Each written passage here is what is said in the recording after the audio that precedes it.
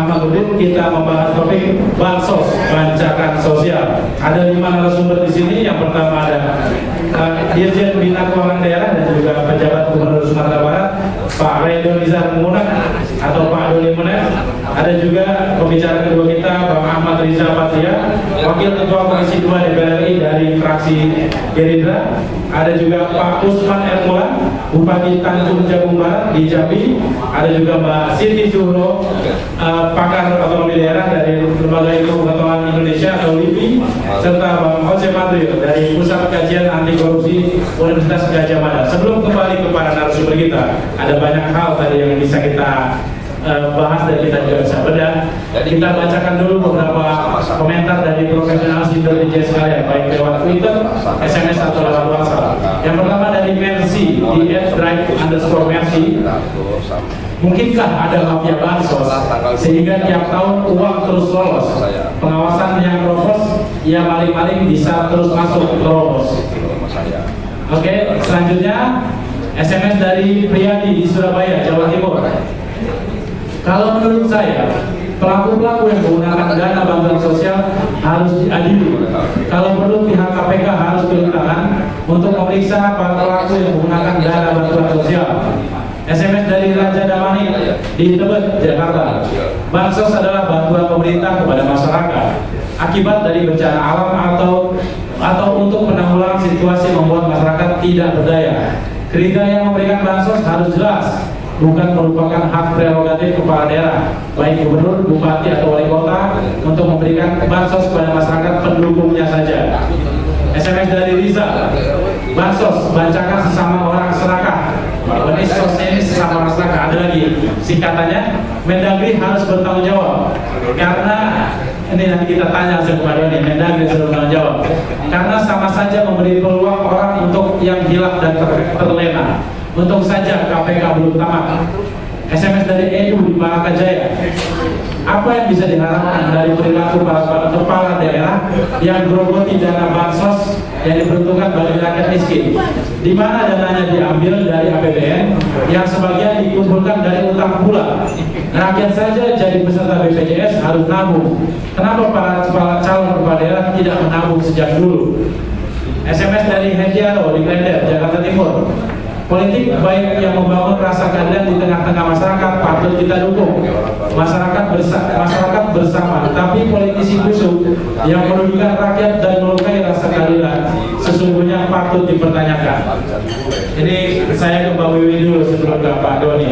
Ini kondisi real seperti itu Pak Wiwi, dan juga tadi Pak Doni sepertinya tadi kan menggambarkan juga ada semacam ketidakberdayaan, mungkin bisa dipotong anggarannya, tapi di daerah tidak banyak proses-proses yang tidak bisa dipotong oleh Kementerian Agama pusat. Bagaimana Pak Wiwi? Ya, apa yang disampaikan Pak Doni tadi itu bisa saja seperti itu. Dalam arti kita harus mencarikan solusi yang lebih konkret, solusi yang lebih aplikatif. Yang saya melihat memang baik dana bansos maupun dana hibah, ada lagi dana yang sulit untuk dipertanggungjawabkan. Itu sudah selesai, diputus saja, tidak perlu. Tapi dialokasikan ke dana desentralisasi dan otonomi daerah. Jadi menurut saya, mengingat praktek otonomi daerah kita ini belum menggembirakan. Apalagi kalau kita melihat ya, perjalanan selama 2001 sampai saat ini, yang hanya mampu melakukan good atau best practices itu sangat sedikit. Nah, ini ujung-ujungnya juga lalu mereka bertanya pada APBD-nya.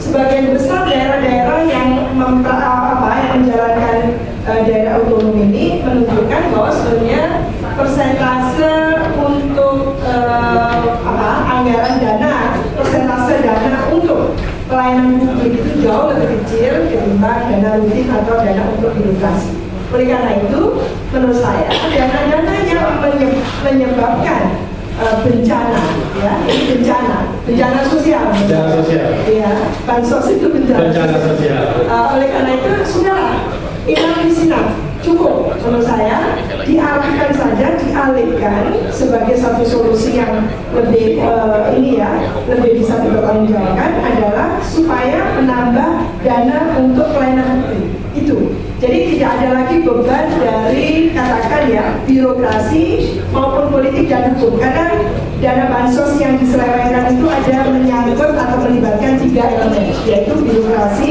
politik dan hukum.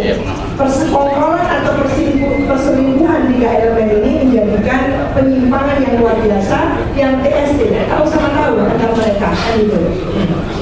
Menurut saya tidak bisa lagi diobati atau dicarikan solusi dengan berbagai terapi apapun, termasuk Mendagri kelihatannya tidak berdaya. Oleh karena itu memang ini sudah harus diakhiri. Sudah harus kita katakan goodbye untuk bencana sosial seperti itu. Kita alihkan dananya untuk mendanai atau untuk membiayai praktek-praktek pemerintahan daerah yang jauh lebih mulia, yaitu meningkatkan dana untuk kesehatan, pendidikan, ya itu banyak sekali karena jumlah atau kalau kita katakan indeks gitu ya, indeks kesengsaraan masyarakat kita itu masih tinggi. Pengangguran, kemiskinan, ya kondisi sosial yang realitasnya seperti itu kalau kita mengacu pada laporan BPS itu menunjukkan memang masih tinggi. Oleh karena itu ya memang saatnya kalau kita bersepakat untuk menjalankan otonomi daerah, inilah cara kita membangun Indonesia dari daerah. Kalau membangun Indonesia dari daerah, berarti memang dana itu patut untuk dikelola oleh daerah. Karena apa? Urusan-urusan yang menjadi kewenangan daerah itu sungguh sangat banyak. Oleh karena itu, memang ini saatnya dana-dana yang sulit untuk dipertanggungjawabkan dan hanya menimbulkan pelanggaran atau penyimpangan, distorsi-distorsi ini hanya bisa dikunci dengan mengalihkan ke pengelolaan anggaran yang lebih besar. Jadi menurut Mbak Wiwi, dana bansos ini sudah tidak perlu lagi atau bagaimana? Menurut saya sudah, karena prakteknya selalu disimpangkan. Jangan kita sengaja ya menabur katakan gitu ya bencana, udah ketahuan bahwa kita prediksikan bertahun-tahun selalunya KPK mencopot ya kepimpinan-pimpinan daerah yang melakukan ini. Seperti terakhir di Sumut ini terakhir ya? Iya, jadi menurut saya sudah lah. Toh ternyata kita menyaksikan ya kalau kasus Sumut ya Sumatera Utara itu menunjukkan sangat jelas bahwa ada keterlibatan birokrasi di situ, Pemprov Sumatera Utara. Lalu ada di situ juga hukum, lalu ada juga politik, gitu ya. Dalam hal ini kan dikaitkan dengan partai Nasdem seperti itu ya. Jadi menurut saya partai apapun akan terundang untuk ikut serta ketika berbicara tidak hanya kekuasaan, tapi kepentingan dan dana di situ. Nah ini jadi ini yang seperti itu yang mudah diselewengkan ini yang harus kita hentikan. Hanya kita kalau kita mengulang terus-menerus ya praktek-praktek yang menimpa ini, ya berarti kita tidak cerdas. Tadi Pak Doni tadi sempat menyebut bahwa ini masalahnya hanya dari inputnya. Kalau inputnya tidak seperti ini, terutama dari pilkada langsung, itu tidak akan terjadi. Bahwa ini seperti apa? Iya, kalau saya mengenai pilkada langsung, jauh sebelum pilkada serentak dilakukan, kami sudah melakukan penelitian banyak sekali tentang pilkada dan dampaknya terhadap sengketa. Jadi munculnya sengketa, baik sengketa yang ringan, menengah maupun yang amuk massa, chaos gitu ya. Itu menunjukkan bahwa sebenarnya setiap tahapan pilkada itu dilalui dengan katakan ya, kita tidak membangun trust. Karena kita sedang saling tidak percaya. Kita sedang membangun dusta di antara kita, gitu kan? Nah, oleh karena itu memang intinya tidak hanya KPU atau Bawaslu penyelenggaranya yang harus profesional dan netral secara politik, tapi kita mengharapkan peserta pilkada itu, yaitu partai politik, memang berbenah. Jadi ini butuh waktu menurut saya. Mekanisme pilkada menjadi kurang relevan ketika partai politiknya juga belum siap betul-betul dalam kaderisasi, dalam merekrut, mempromosikan dan melakukan kontestasi kompetisi yang relatif lebih intens. Pak Doni menyiratkan bahwa satu-satunya solusi adalah dengan memperbaiki input. Jadi mungkin kepala daerah ini tidak harus dipilih lagi, berarti tidak harus pilkada langsung. Bahwa ini menjadi seperti apa? Itu mungkin antara lain ya. Jadi ada istilahnya mungkin transisi gitu ya. Sambil menunggu partai-partai politik kita melakukan pembangunan di internalnya, pembenahan reformasi di internalnya. Oleh karena itu saya ingin menggaungkan, mendorong digaungkannya Gerakan Nasional Reformasi Partai Politik kita. Dalam keadaan Gerakan Nasional Reformasi Partai Politik kita, sambil kita menunggu partai-partai ini memperbaiki diri, bebenah dan sebagainya, mewajibkan kaderisasi betul-betul dilakukan secara bagus ya, secara transparan dan profesional. Sambil seperti itu mungkin saatnya kita mengevaluasi praktek otonomi daerah dan pilkada. Karena tidak mungkin pilkada saja kita benahi tanpa mengacu pada otonomi daerah. Kebijakan desentralisasi dan otonomi daerah telah memunculkan pilkada langsung.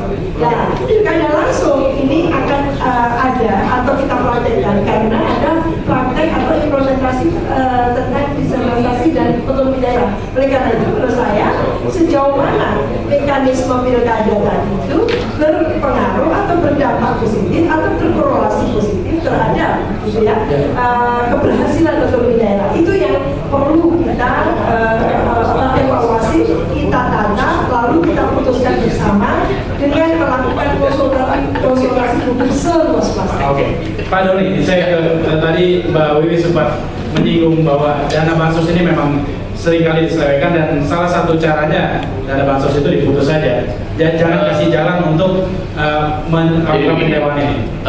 Pemikiran semacam itu memang berkembang di kita untuk memperbaiki dan merekonstruksi kebijakan terkait hibah dan bantuan sosial. Jadi kan sebenarnya sejatinya hibah dan bantuan sosial itu bukan tidak boleh, tapi penuhi dulu lah belanja wajib pemerintah daerah tadi. Tetapi juga jangan memperhatikan sebagai sebuah kewajiban yang akan jadi terus menerus, gitu loh. Jadi in case of dalam hal.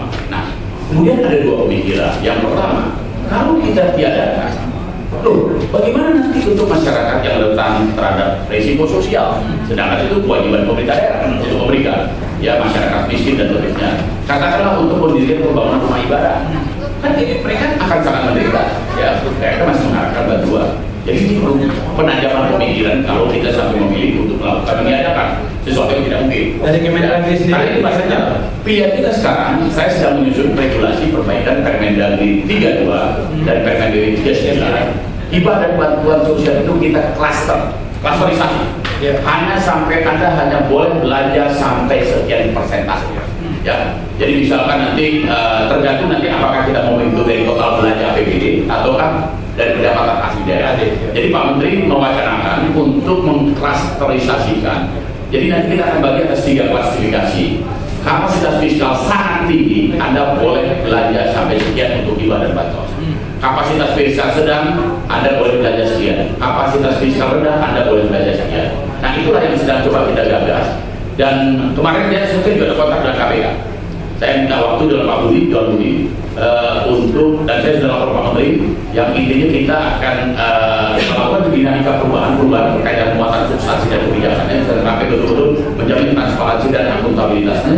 Karena waktu dulu 32 dan 39 itu termasuk yang diberikan rekomendasi oleh KPK. Jadi KPK sangat memberikan apresiasi memberi dalam negeri, dan kemudian sekarang kita mencoba membangun kembali komunikasi dengan KPK untuk supaya betul-betul bagaimana, karena kita sama-sama akui bahwa KPK punya kekuatan dalam divisi litbangnya. Litbang mereka kuat, mereka memberikan pertimbangan, termasuk nanti penggiat anti korupsi kami sangat hormat. Misalkan Pak Uci Madril memberikan masukan, kemarin saya talk show dengan teman-teman ICW dengan Donald Faris ya, saya sangat hormat dengan mereka semua ya. Nah, tapi bagaimana mencari titik keseimbangan di antara dinamika kebutuhan masyarakat yang masih tetap bertahan. Tetapi pada sisi lain jangan sampai ada nuansa untuk melakukan menyimpangkan kebijakan itu untuk satu tujuan tertentu. Artinya bersifat elitis, bersifat sangat diskriminatif, hanya menguntungkan para pihak, kan enggak. Tapi kan sejatinya kalau kita muncul teori itu begini. Tadi dari awal sudah kata budget itu reflects choices. Budget itu juga reflects priorities. Dia merefleksikan prioritas, merefleksikan choices, pilihan. Tetapi yang tidak bisa dimungkiri, budget itu juga refleks preferences. Karena dia bagaimanapun budget itu juga menjadikan alat politik. Dimanapun dinamika. Nah sekarang bagaimana mengurangi ruang-ruang politisasi anggaran di daerah, sehingga betul-betul tidaklah betul-betul sampai menguntungkan pihak tertentu. Jadi kalau nanti atau kita misalkan diprioritaskan atau hanya boleh diberikan kepada bla bla bla bla bla. Kita tentukan saja ini yang betul-betul punya risiko sosial. Tetapi kan dinamika pemerintahan itu berbatasan akademik nanti. Dinamika pemerintahan. Jadi begini, Di luar dari yang diatur, ada juga tidak diatur. Itulah yang dikenal dengan residual function. Residu, ada 299 urusan yang tidak bisa kita petakan, tetapi itu butuh satu kebutuhan. Ambil contoh misalkan saya, ya misalkan saya sebagai sekarang pejabat gubernur Sumatera Barat, tiba-tiba muncul aspirasi masyarakat, ya untuk misalkan festival ini, festival itu, proposal ini, proposal itu. Sedangkan itu harus masuk dulu di anggaran. Tetapi ada kebutuhan yang harus saya dulukan. Tetapi tidak bisa berikan tahun itu tidak berbasiskan anggaran. Jadi ini banyak sekali yang mau tidak mau, yang akhirnya mereka ambil contoh kemarin. Saya minta maaf ini pada media teman-teman. Ada teman-teman kita yang usia umur berapa 14 tahun mereka akan berangkat ke Jakarta, minta dukungan dari gubernur, ya untuk sepak bola. Tapi kemudian loh, dalam waktu 2 hari 3 hari mereka ngajukan proposal, minta dukungan dari gubernur, sedangkan gubernur kan harus berbasiskan anggaran. Kita kan tidak punya belanja yang sifatnya, apakah tidak kita sebagai belanja tidak tersangka? Nggak masuk. Belanja tidak tersangka itu kaitannya dengan bencana alam. Tapi ada dinamika kebutuhan yang kita dukung, adik-adik kita untuk berangkat ke Jakarta untuk sepak bola. Nah inilah keterbatasan yang memang dalam batas itu memang itu harus kita jawab. Nah, nanti ke depan mungkin salah satu juga yang akan kita munculkan adalah belanja lain-lain. Ya dalam hal. Jadi nanti kami bikin instrumen, ada kategorisnya. Bahwa karena banyak sekali dinamika dan kebutuhan yang memang akhirnya itu menyangkut negara pemerintahan. Dia harus dijawab bagi dinamikanya. Dan kita tidak bisa bilang, apapun mereka akan datang. Mohon maaf, ambil pengalaman kami. Saya kenapa belanja jamuan-jamuan makan malam dari berbagai elemen, permintaan dari Persatuan Dokter Indonesia, persatuan ini, permintaan dikortesi dengan gubernur yang kemudian harus makan malam. Berapa kemampuan kami yang kemudian ternyata basis anggaran itu tidak mencukupi. Nah dalam hal tertentu